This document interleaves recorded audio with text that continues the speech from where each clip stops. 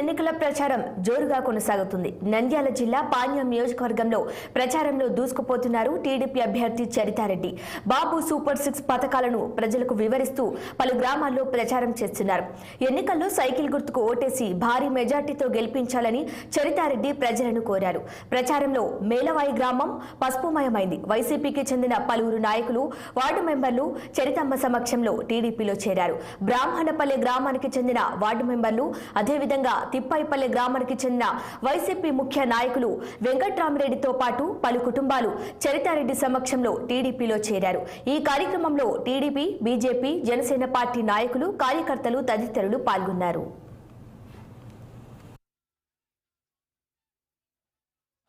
యువతి యువకులకు ఉద్యోగ ఉపాధి అవకాశాలు దొరకాలంటే పరిశ్రమలు రావాలి.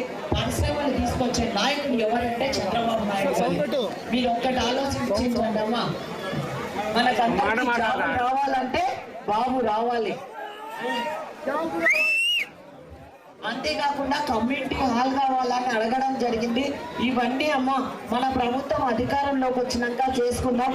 ముందు మీరందరూ అందరు ఐక్యమత్యంగా ఉండి అందరు కలిసిపోయి ఈ వారం రోజులు కష్టపడితే మన ప్రభుత్వం అధికారంలోకి వస్తుంది. అందరు కష్టపడి మంచి మెజార్టీ తీసుకొని రండి. మన గ్రామంలో ఏవైతే చేయాలో అవన్నీ చేస్తామని కూడా ఈ సందర్భంగా తెలియజేస్తూ ఈ అవకాశం ఇచ్చిన మీకు అందరికీ నా హృదయపూర్వక ధన్యవాదాలు. చదువు